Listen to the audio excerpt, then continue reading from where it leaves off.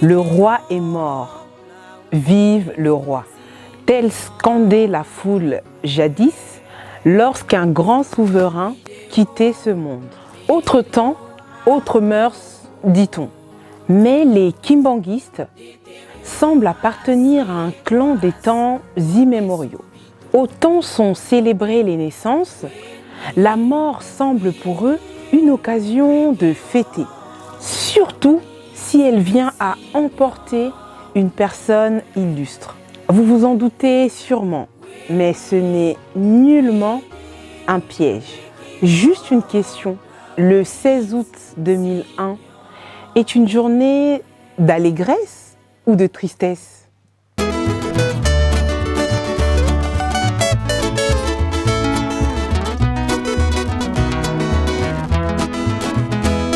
Pas de réponse? Bon, allons droit au but. Papa Dialungana est mort un certain jeudi 16 août 2001 à Kiemba, dans la localité de Kimaza. Nous sommes ici dans la province du Congo central. Ça, c'est pour le commun des mortels. Mais, pour un œil éclairé, cette séparation devrait t'édifier. Papa Dialungana est juste retourné à sa gloire alors que l'on l'acheminait à Kinshasa pour des soins médicaux.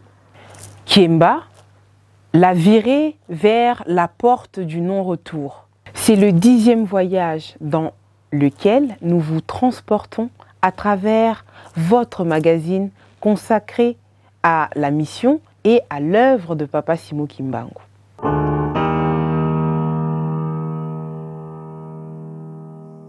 Luc chapitre 1 verset 32 nous renseigne que lors de la première venue du Christ, Dieu avait promis de lui donner le trône de David, son père. Il est d'une évidence pour les avertis que Papa Dialungana est le Christ dans sa seconde venue. Nous l'avons largement abordé au cours de notre numéro du 25 mai consacré à la seconde venue du Christ. Là n'est point le débat de ce jour, c'est juste pour mettre les points sur les i. Mais qu'en est-il alors de sa seconde venue? Papa Dialungana le Christ est-il issu d'une souche royale?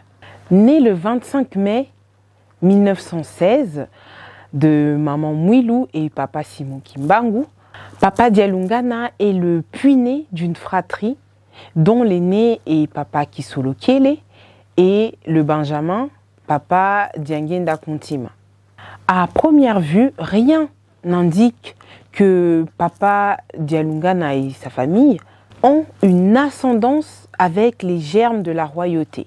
Mais en interrogeant l'histoire, on découvre que la famille de Papa Dialungana est de souche de la dynastie des ministres célestes. Disséquons un peu l'arbre généalogique pour tenter de comprendre ce personnage atypique. À l'origine, la tradition Congo prend sa source dans la trilogie de Makuku Matatu, ou 3 pierres qui ont engendré le Congo. Par pierre, il faut comprendre clan ou Luvila en Congo. Il s'agit des 3 clans suivants: Ntsaku, Mpanzu et Nzinga. Nzinga étant à l'origine une femme. Papa Simo Kimbangu est, par ses origines, Ntsenga. Fumwa Ntsenga, Mwesiki Ntsenga.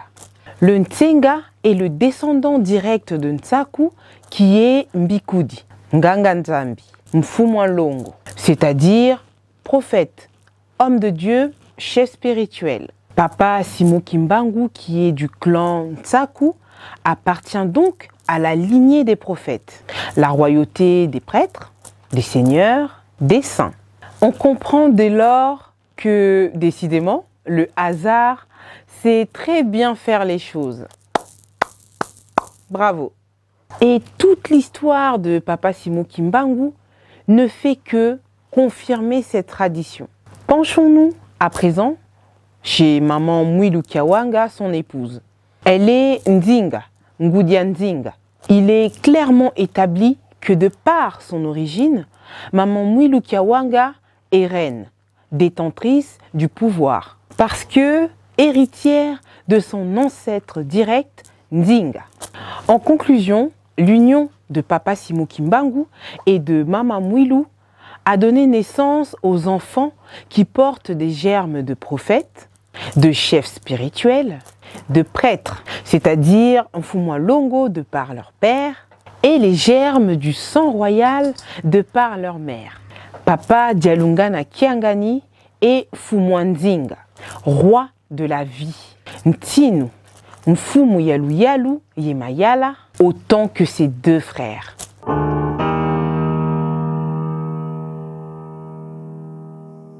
Au nombre des martyrs, prisonniers, déportés, morts pour l'œuvre de Papa Simo Kimbangu, Papa Dialungana Kiangani constitue une particularité. C'est un cas à part, comme dirait un Africain lambda. Avec sa mère, maman Marie Mwilu Kiawanga, il est placé depuis 1921 en résidence surveillée, jusqu'à l'allègement des mesures qui consacrent le retour des premiers relégués venus de différents camps de déportation.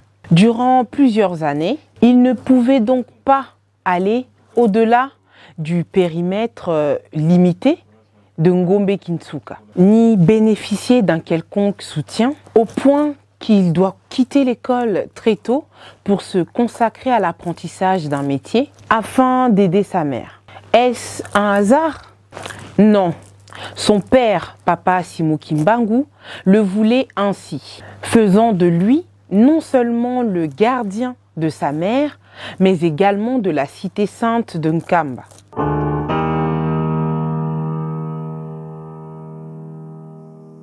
Son père, Papa Simo Kimbangu, lui avait instruit de ne jamais se faire baptiser dans une autre église.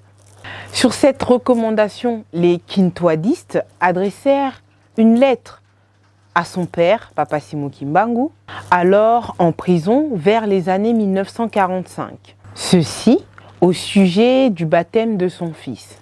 La réponse arrive quelques années plus tard, en 1948, avec des instructions claires. Le baptême de son fils ne doit jamais se faire par immersion, mais plutôt par imposition de main, comme le stipule l'évangile de Matthieu, chapitre 3, verset 11. C'est ainsi qu'un groupe de sages se réunit pour procéder au baptême de Papa Dialungana Kiangani, qui eut lieu le 7 décembre 1949. Il s'agit de Papa Alphonse Kinyuka Ntiabamfumu de Lukengo, Papa Diatuka de Kiana, Papa Samuel Munku de Malanta, Papa Ndongala Ndendo de Mbanzangungu, Papa David Mfuka et Philippe Nkunku de Brazzaville. Papa Jean Moukoko fut l'officiant de la cérémonie en présence de Maman Mwilu et de son épouse Maman Kiwasisilwa, avec qui ils eurent 4 garçons et 2 filles. Peu avant son baptême, on procéda au mariage religieux avec son épouse. Ainsi donc, Papa Dialungana fut le premier à être baptisé selon le rite kimbanguiste, conformément aux recommandations de son père, Papa Simo Kimbangu. C'est lui qui, le 15 septembre 1957, amorce la construction de la Nouvelle Jérusalem, Tungulu Yayelu Selemi. Il est de ce fait le maître des lieux, le véritable propriétaire du sanctuaire, car c'est lui qui apposera d'ailleurs sa signature sur les documents, ayant consacré la reconnaissance officielle du mouvement Kintwadi comme église indépendante le 24 décembre 1959.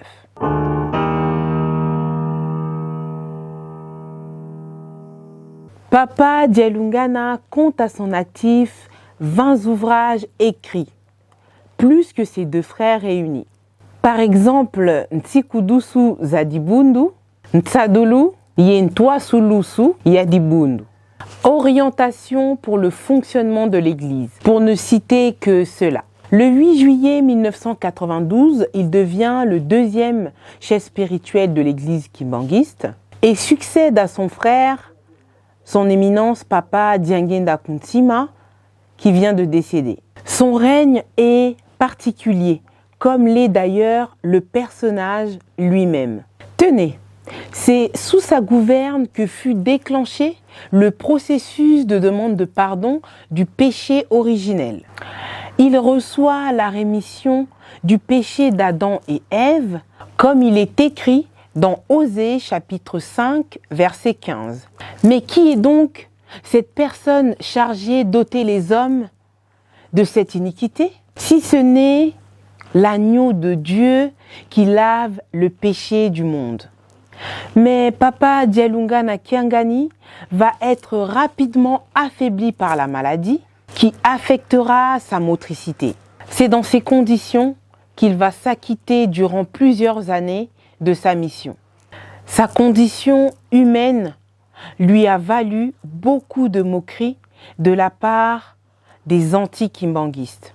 16 mois avant sa mort, au mois d'avril 2000, Papa Dialungana ordonne aux kimbanguistes d'annoncer au monde entier que c'est lui, le Christ, le même qui autrefois naquit chez les Juifs, donc Jésus.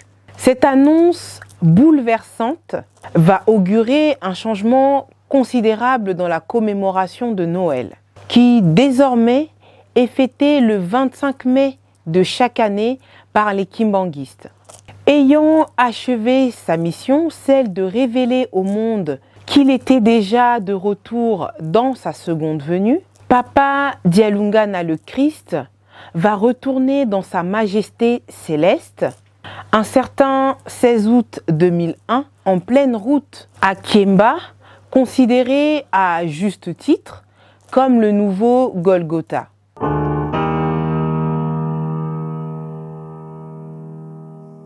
Que nous renseigne le monde en cette date du 16 août? Si nous regardons les événements liés à cette date, nous allons trouver un point de convergence, le chaos, le cataclysme.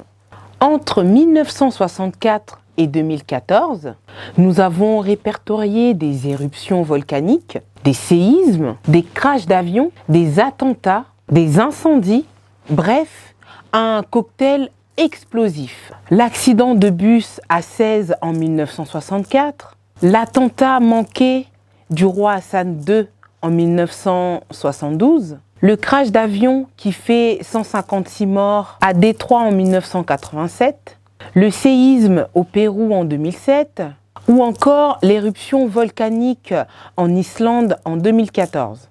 Tels sont les événements qui marquent la date du 16 août à travers le monde. Une date, une histoire où l'ambition de compter l'œuvre de Papa Simon Kimbangu et ses héritiers à travers ces dates. Nous nous sommes mis à la tâche et avons dépoussiéré les archives, mis en forme les documents, sollicité les témoignages de nos anciens et de toute personne utile pour nous faire découvrir et redécouvrir cette épopée ô combien passionnante. Aujourd'hui, nous sommes arrivés à ce 10e numéro, une occasion de dire merci à ceux qui nous suivent depuis le début. Merci pour vos retours et vos critiques constructives, vos partages et tout ce que vous ferez encore, je l'espère, durant les prochains numéros. Pour ma part, le rendez-vous est déjà pris. Je vous retrouve en septembre pour célébrer la naissance de l'homme au pan blanc, le Ntumwa.